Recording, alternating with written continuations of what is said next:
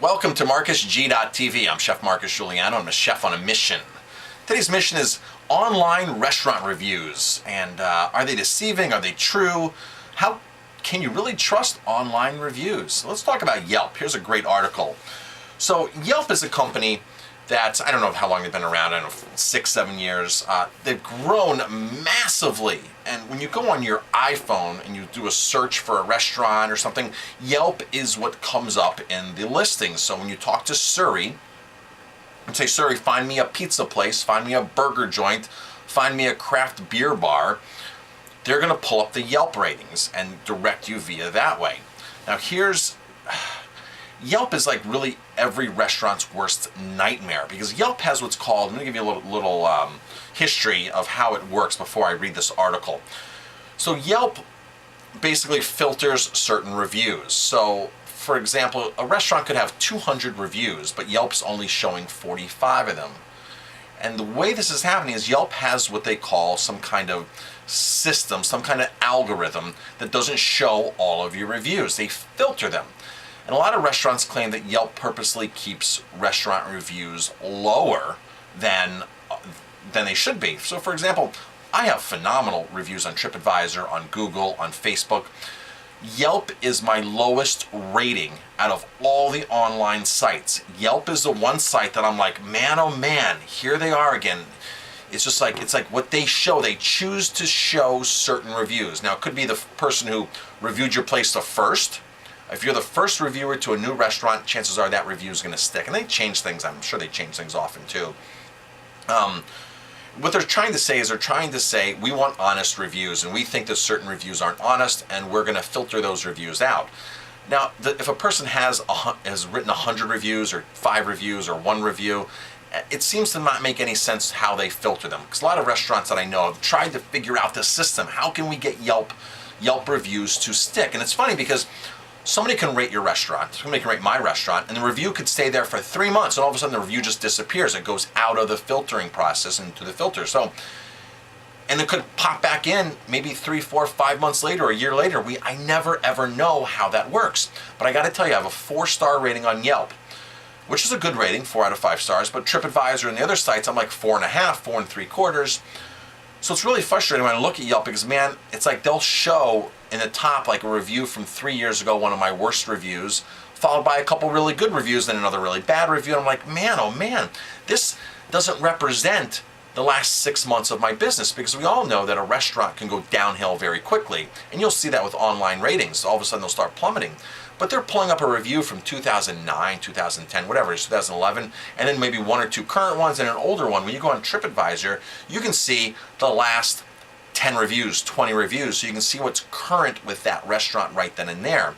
And there's a saying in the restaurant industry, you're only as good as your last meal served. So then why is Yelp choosing to pull up reviews that are ancient and show those as first? Now, you can go into Yelp if you're on a computer and hit view filtered reviews, and it'll show you all of the restaurant reviews, right? It'll show everything that everybody's reviewed on the restaurant, so you can then go through and say, okay, here's all the good ones, here's all the bad ones. But as a restaurant owner, it drives me insane to think the whole system how it is. And a lot of people have tried to sue Yelp and this and that, and saying that, you know, Yelp purposely keeps reviews low. Now, Yelp's big thing is they want you to advertise. They want to charge me $300 a month to be a preferred Yelp account, and to get, you know, to place ads, and to be sort of pop my ad on top of other people's listings. So what happens is, if you search like another restaurant in my area, my listing is going to come up first right behind the other listing. So it's a paid sponsor. A lot of restaurants think this is very, very unfair, because TripAdvisor doesn't work like this. No other online review site works like Yelp works. So, an article, Yelp is suing a company for allegedly selling fake positive reviews to restaurants. One of my recent videos on YouTube was how this one person just bashed me, called me creepy, said that my staff is nasty, and it's obviously not a real review. So Yelp and all these other companies want for people to post real reviews. Well, people have tried to get around the system of Yelp to try to get better reviews. So here's a company called Yelp Director. As anyone who's ever tried to find a good food in an unfamiliar area knows, Yelp restaurant reviews are full of misleading information. Like internet comment sections, Yelp reviews are largely unregulated, crawling with people full of malcontent and free reign to share their opinions. Last year, Yelp had to pay a fine for allowing children to post reviews. Understandably, chefs hate it. Now Yelp is trying to defend its shaky honor by suing a company that sells fake positive reviews for restaurants. So there are companies out there that will design reviews that will go on your pages and post to try to bring your ratings up. So this company is called Yelp Director. According to a lawsuit filed last week in California court, Yelp is suing the operators of Yelp Director, a company that also does business under the names of RevPlay, and RevLeap. Yelp claims that Yelp Director undermines its integrity by allowing restaurants to post fake positive reviews and burying negative ones. As consumers point out, Yelp accuses the company of trademark infringement, unfair competition, cyber squatting, contract interference, and a state-level claim of false advertising. Now, I've got to be honest with you. Yelp Director would not be in business or would not try to even start a business if restaurants weren't frustrated with the way Yelp filters their reviews. So Yelp has kind of created this type of a business. I haven't heard of maybe there are other companies that'll do it for TripAdvisor and things like that. But if I wanted to target, as a restaurant owner, if I wanted to target one online review site that I knew was lacking, it would be my Yelp. If a company came to me and said, I can turn your Yelp page around, this and that, even though it's 4 stars, it doesn't technically need to be turned around as some other pages do, I'd be like, yeah, what can I do? I'm always trying to figure out what can I do on my Yelp page to get more views, to get better ratings as far as how can I, what can I do? Do I have to post more pictures? Asking people to rate me is not the right thing to do, and that's not what I'm saying to do, because if you ask a lot of people to rate you and they have 1 review, 2 reviews, they're not really a reviewer, they're just going online and doing this, Yelp filters those anyway, so it's useless to begin with, okay? Yelp first discovered Yelp Director in November 2013 and sent the company a cease and desist order, but Yelp Director never complied. The lawsuit includes an email Yelp Director sent to potential clients. So the email actually says, hi there, we invented a software that allows you to proactively generate a large number of 4 and 5-star reviews from your customers in a way that makes them stick to the front page of Yelp.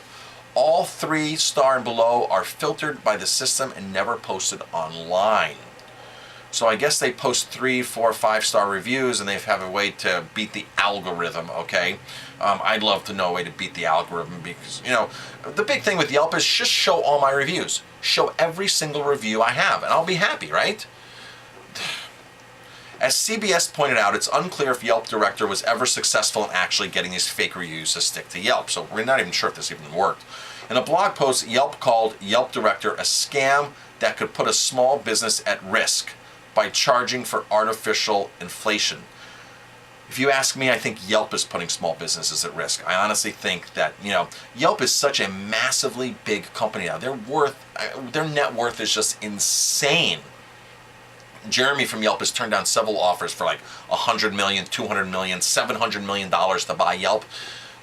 He must be generating so much in ad revenue because I feel like he has these restaurants held hostage. Like, well, here's all these filtered reviews, and restaurants go in there and think that they're going to advertise with Yelp, and they think they're going to get more better reviews. And I've had local restaurants and restaurants from all over say, hey, I did Yelp, and I kind of thought that my Yelp page got a better star, got more of a better rating, which is kind of unfair. Now, Yelp claims that this is not the case whatsoever. But last September, a California court ruled that Yelp had the legal authority to manipulate ratings and remove positive reviews from its pages, which means Yelp is just as likely to mislead its users as anyone else. This came from a California court ruled this, that Yelp is just as likely to mislead users as anyone else. I honestly don't think TripAdvisor misleads. I mean, it's great. It's great that people go on. Here's the first rule of doing reviews. When you have a review for a restaurant that's bad, call the restaurant. Complain when you're in the restaurant. See what happens. A lot of people keep their mouth shut because they don't know how to speak up because they're used to text messaging, they're used to emails, they're not used to talking to people face to face. When you're in a restaurant and there's a problem, speak up. So you know what? My salmon's undercooked. My salmon's overcooked. This is raw. This isn't. This is terrible. Speak up. I understand certain restaurants are massively busy and you can't get your waiter and you can't speak up. Okay, so if that's the case, the next day, call the manager and say, you know what, I ate at your restaurant last night. I want to give you some feedback. Call the owner. I want to give you some feedback. Here's what happened. And if you don't like their answer, and if they're not gonna satisfy you at that point, then go post an online review, right? Because you've done your part of speaking up. And honestly, a lot of times it's just your difference of opinion versus their difference of an opinion, right? They might think that the salmon goes great with X, Y, and Z, and you might think the salmon is terrible with X, Y, and Z. It doesn't make either one of you bad or wrong, but you know what? Call the owner, call the manager, and let them explain to you what they're doing. And maybe they're going to apologize and say, hey, you know what? Here's a gift certificate, come back, or let me reverse the charge on your credit card. A lot of places have a satisfaction guarantee where they want you to be happy with their food. If you complain in my restaurant and it's a legitimate complaint, I'm going to do all I can to make it right, and so is all of my staff. We're not here to screw the consumer.